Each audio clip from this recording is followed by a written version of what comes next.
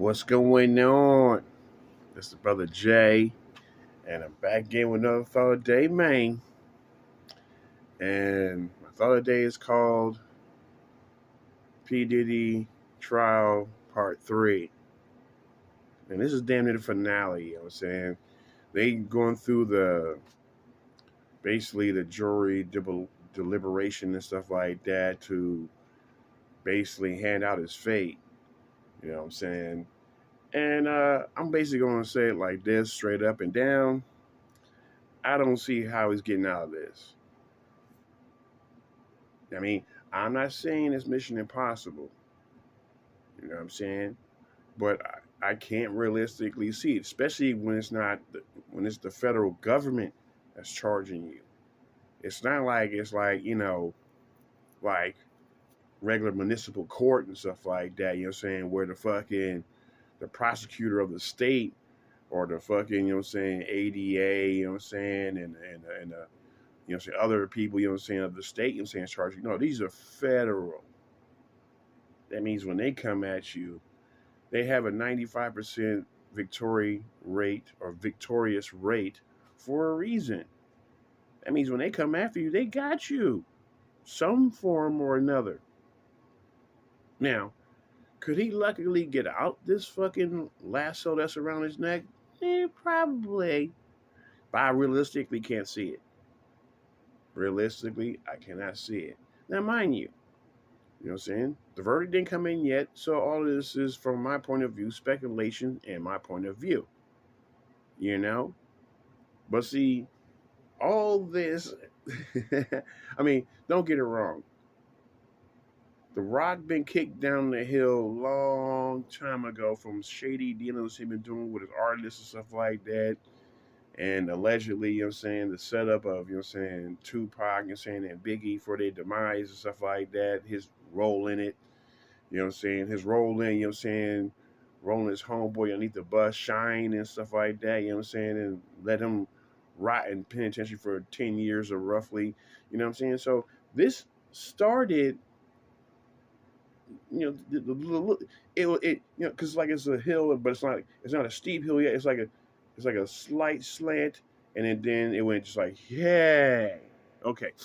So all this that is named off was the slight slant. It's like the beginning of the end, but it's the beginning, the origin story. But what really got the fucking Rock rolling down the hill as far as all this bullshit, truthfully, was when he stood up here, because he was he was made a minor partner in this alcohol business and stuff like that, where he made a lot of money, but he wasn't actually a partner, but he was like the face representative, of the alcohol business that they were selling to people in hip hop, with Ciroc and all like that. So when he stood up here and sued them, that's what got the boulder rolling down the hill fast as fuck. Because as soon as he stood up here and sued them, they was like, oh, okay. Because see, a lot of people who don't understand about Puff, they really don't get it.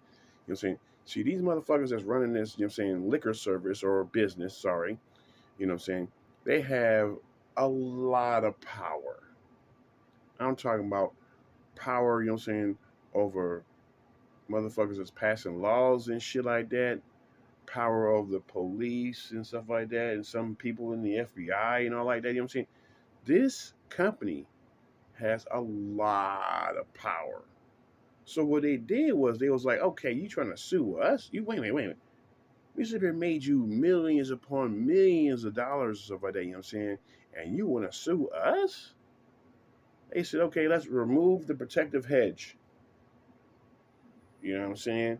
So ever since they removed their protection, think of it, if you will, like let's say for argument's sake, you're some regular peon on the streets, okay? Regular peon, and nobody knows you, But all of a sudden you work for the Gambino family, And you still kind of a nobody because you're not a made man, but you're an associate, you know what I'm saying, or affiliate, but you're not family. You're not a made man. So you're making plenty of money with the Gotti family and all like that, you know what I'm saying? But all of a sudden you want to sit up here, you know what I'm saying, and say, you know what? You know what I'm saying? I've been working for y'all all these years, making y'all money like this, that, and the other. I believe I deserve a percentage and shit like that. Now you saying this to an organization that can have you wiped out like that. So they're like, oh. So instead of us just saying, you know what I'm saying, risking any law enforcement entanglements and stuff like that, let's just remove the protective hedge that we have for him. All the people that we put in place to protect you, they're removed. So now you go back to being the regular peon in their eyes. Well, that's the same thing with that liquor company did, you know what I'm saying, with Diddy. You know what I'm saying? They removed that protective hedge. Now everybody start coming. You know what I'm saying? From Cassie to all these other ladies, stuff like that, to all these other, you know what I'm saying, dude that got his car firebombed, and you know, all these people came out the works, and also, you know what I'm saying, Homeland Security and everything said, man, let's raid your places, motherfucker. Let's see if we can find out. We've got guns and shit. Oh, we got dope on the table and shit. We got fucking home videos and shit. Okay, you incriminating yourself.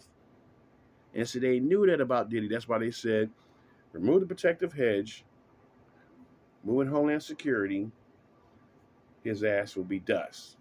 So now, to bring this to a conclusion, I'm not trying to, you know what I'm saying, talk about this all day long, but in my conclusion, I do not see him getting away with this shit. You know what I'm saying? No. No, no, no, no, no, no. I can see, my prediction is once they sit up, you know what I'm saying, and say, okay, now you're parked. You know what I'm saying? Now, you know, if I had to do my own prediction from my own opinion, you know what I'm saying? There's too many things they got him. He's going to be doing life, you know what I'm saying? He's going to be doing life, you know what I'm saying? The minimum he's going to be doing, the minimum is 20 years. That's the minimum. But he's doing life. You know what I'm saying? This is my prediction. I could be wrong, and it's going to probably be another 2 or 3 days before we get the verdict and stuff like that. And I'll come back at you with the verdict and my thesis and stuff like that on how that is, saying. But the end result was like this. He done too many people wrong. He got caught on video, you know what I'm saying, smacking up hoes and shit. You know what I'm saying? Got caught, you know what I'm saying, trying to bribe a motherfucker from the tape that had the violent incident happen on it. He's taping other motherfuckers thinking he had, you know what I'm saying, a bargaining chip, and that wound up backfiring on his ass. You know what I'm saying? And he got too many flaws for someone that came from nothing, got to the fucking the top of the mountain as far as like how successful you can get.